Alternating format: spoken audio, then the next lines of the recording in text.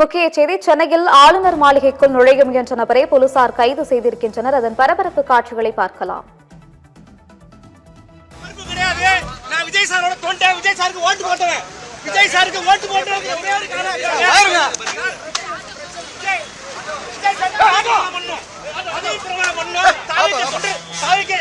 அசம்பிளிக்கு அனுப்பணும். தாவேக்கா எம்எல்ஏக்களை அசம்பிளிக்கு அனுப்பணும். தாவேக்கா எம்எல்ஏக்களை அசம்பிளிக்கு அனுப்பணும். சாகுமுறை உண்டாகுதான், சாகுமுறை உண்டாகுதான், சாகுமுறை உண்டாகுதான்.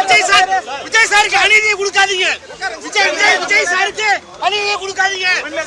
தனி மனிதனை ஜெயிச்சிருக்காரு, தனி மனிதனை ஜெயிச்சிருக்காரு. எந்த பின்புலமும் இல்லாம தனி மனிதனை ஜெயிச்சிருக்காரு. அவருக்கு அநீதி கொடுக்காதீங்க.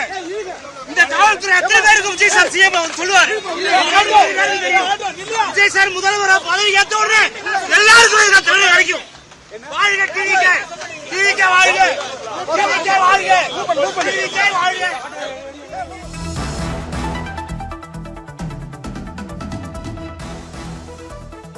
தாவேக தலைவர் விஜயை ஆட்சி அமைக்க அழைப்பு விடுக்க கோரி ஆளுநர் மாளிகை முன் போராட்டம் நடைபெற்று வரும் நிலையில் ஆளுநர் மாளிகைக்குள் நுழைய முயன்றவரை குண்டுக்கட்டாக காவலர்கள் கைது செய்திருக்கிறார்கள். இதனால் பரபரப்பான சூழல் அங்கு நிலவி வருகிறது.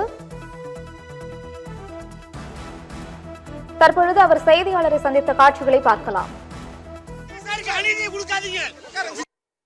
மக்கள் விஜய் சாருக்காக ஓட்டு போட்டு 108 தொகுதியை கொடுத்திருக்காங்க.